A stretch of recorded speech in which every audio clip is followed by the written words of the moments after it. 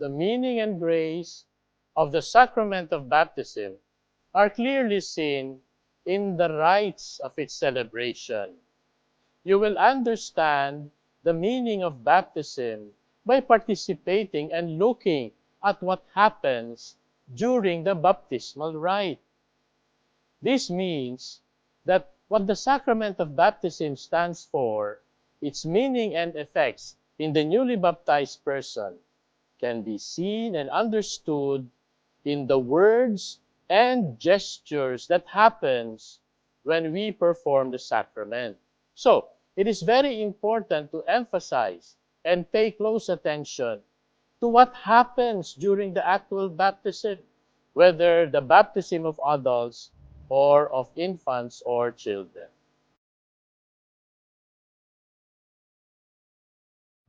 The sign of the cross at the beginning of the celebration marks with the imprint of Christ, the one who is going to belong to him, and signifies the grace of the redemption Christ won for us by his cross.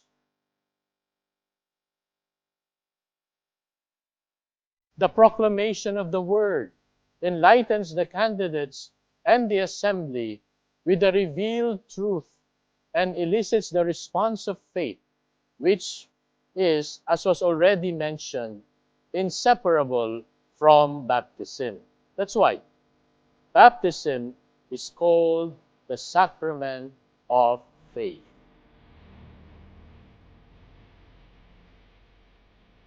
A prayer of exorcism is pronounced over those baptized, since baptism signifies liberation from sin and from its instigator, the devil.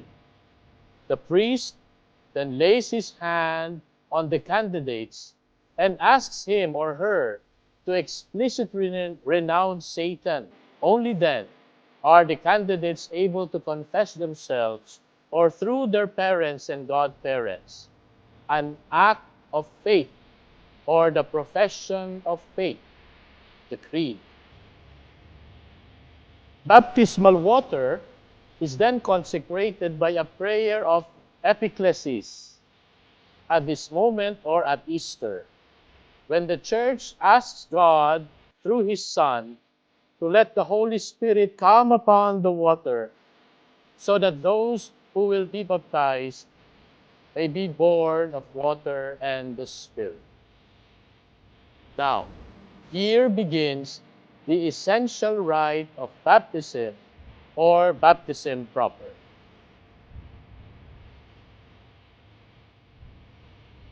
The triple immersion of the candidate into the baptismal waters, or the pouring of the baptismal water 3 times over the head of the candidate. Either of these two rites, the immersion or the pouring, signify and actually brings about the death into sin and entry into the life of the Most Holy Trinity through configuration to the Paschal mystery of Christ. Next, the form. The words of the minister. He mentions the name of the one to be baptized and pronounces, I baptize you in the name of the Father, and of the Son, and of the Holy Spirit.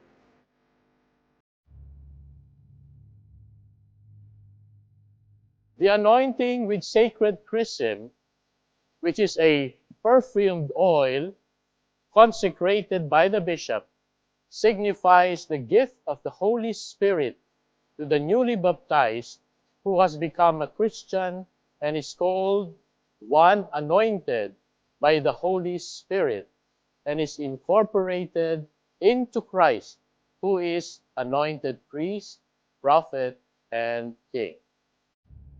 This is the first anointing of priesthood.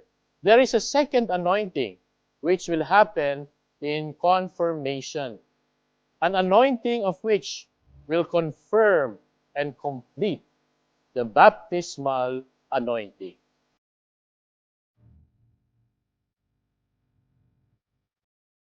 The white garment symbolizes that the person baptized has put on Christ and shares in his dignity.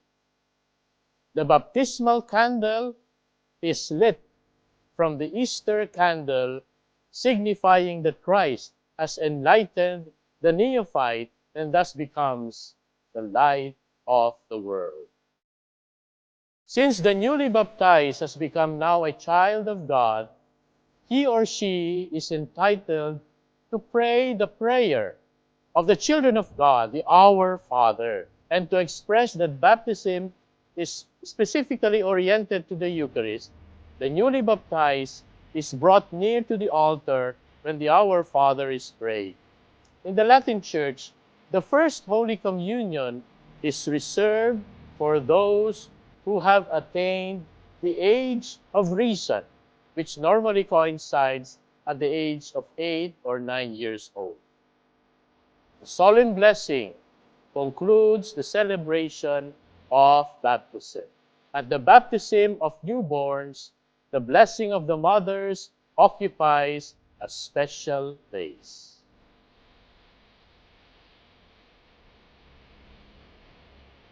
Every person not yet baptized, and only such a person, is able to be baptized or receive the sacrament of baptism.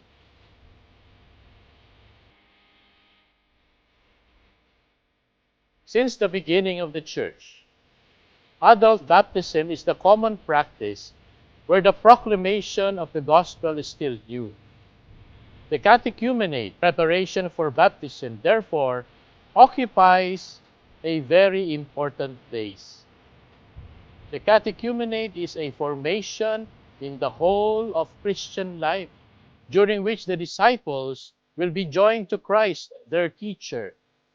The catechumens should be properly initiated in the mystery of salvation and the practice of evangelical virtues, and should be introduced into the life of faith, liturgy, and charity of the people of God by successive sacred rites. Catechumens are already joined to the Church. They are already of the household of Christ.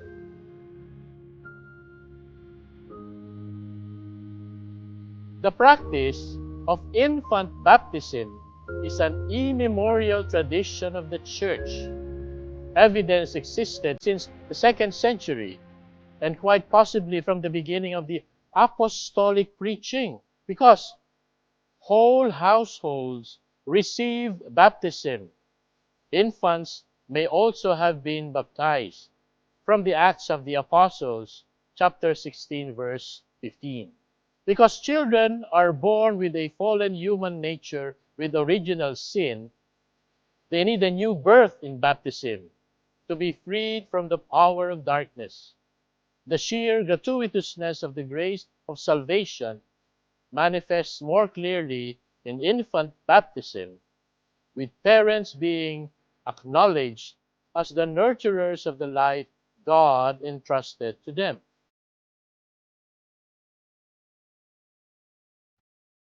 Faith and baptism. Baptism is the sacrament of faith. It is only within the faith of the Church that each of the faithful can believe. That's why, in the beginning, there is this question. The priest asks the parents and the sponsors, "What do you ask of God's Church?" They answer, "Faith." The faith required for baptism is not perfect or mature, but a beginning that must grow and develop and mature after baptism. Baptism is that source of new life in Christ, from which the entire Christian life springs forth. For the grace of baptism to unfold, the baptized needs the help of parents and godparents. The whole ecclesial community bears some responsibility for the development and safeguarding of the grace given at baptism.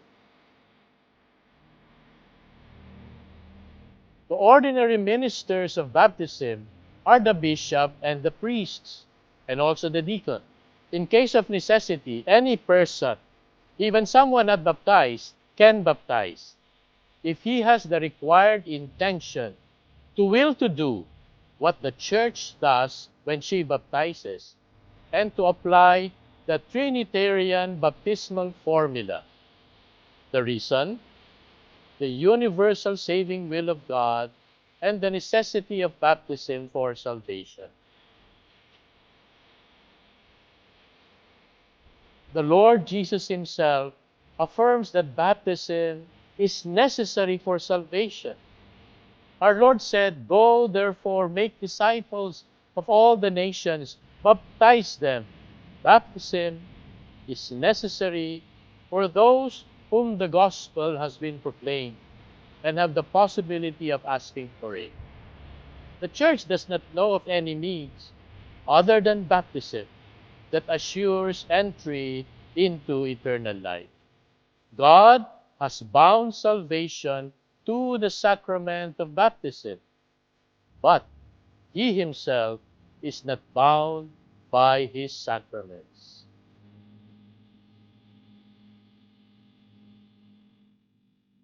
To suffer death for the sake of the faith without receiving the actual sacrament of baptism, they are baptized by their faith for and with Christ. Catechumens who die before receiving the sacraments are baptized by their desire, repentance for sins, and charity.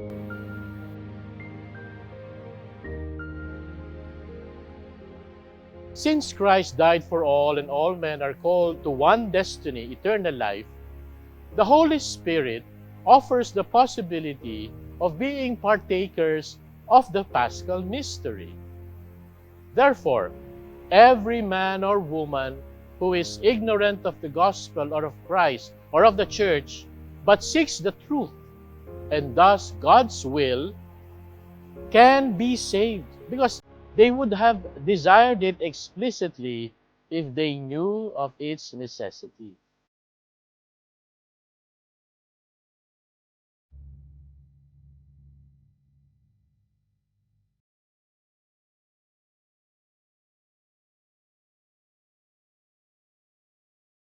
As to the children who died without baptism, the Church can only entrust them to the mercy of God. We have hope that there is a way of salvation for children who have died without baptism. All the more urgent is the Church's call not to prevent little children coming to Christ through the gift of baptism.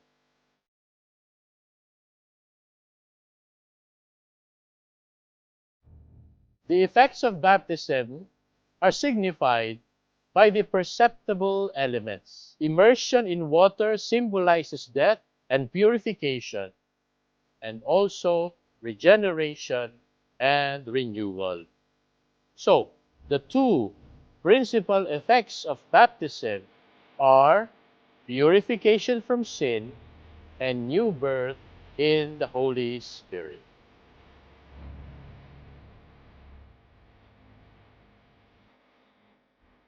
By baptism, all sins are forgiven, original sin and all personal sins, as well as all punishments for sin. Nothing remains that would impede entry into God's kingdom. Yet, certain temporal consequences of sin remain in the baptized, like suffering, illness, death, weakness of character, as well as the inclination to sin called concupiscence, which is meant for us to wrestle with, but cannot harm us if we do not consent but resist it.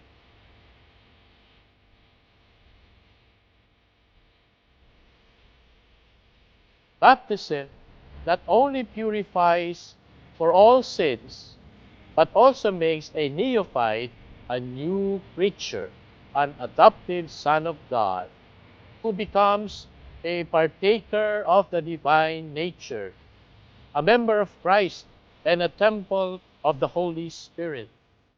The Holy Spirit gives the baptized sanctifying grace. the grace of justification, to believe in God, hope in Him, love Him through the theological virtues, to give them the power to live the gifts of the Holy Spirit and allow them to grow in goodness through moral virtues. Therefore, the whole organism of Christian supernatural life has its roots in baptism.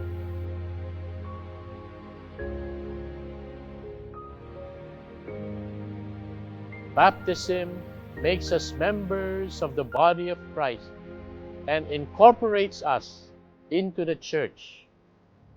From the baptismal fonts is born the one people of God of the new covenant, which transcends all human or natural limits. By baptism, they share in the priesthood of Christ, in His prophetical and royal mission. Baptism gives a share in the common priesthood of all the believers. Having become a member of the church, the person baptized belongs no longer to himself, but to the one who died and rose for us. So we have this duty, all of us who are baptized, to obey and submit to others and to the church leaders. But we have the right to receive the sacraments and be nourished by the Word of God and sustained by other spiritual helps of the church. The baptized must profess before men their faith and participate in the apostolic and missionary activity of the people of God.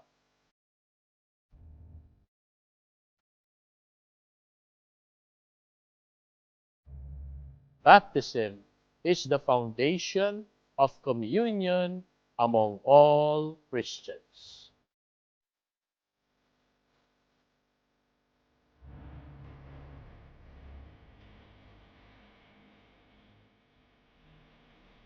The baptized person is configured to Christ. It seals the Christian with an indelible spiritual mark that we call character of his belonging to Christ. No sin can erase this character, this spiritual invisible mark. Given once for all, baptism cannot be repeated. Once you are baptized, you cannot be baptized again. The character also consecrates them for Christian religious worship. The baptismal seal or character enables and commits Christians to serve God by a vital participation in the holy liturgy of the Church and the exercise of their baptismal priesthood by the witness of their holy lives and practical charity. The Holy Spirit has marked us with the seal of the Lord, Vinicus Character, for the day of redemption. Baptism is indeed the seal of eternal life. The faithful Christian who has kept the seal until the end, remaining faithful to the demands of his baptism, will be able to depart this life marked with the sign of faith, with his baptismal faith, in expectation of the blessed vision of God, the consummation of faith, and in the hope of resurrection.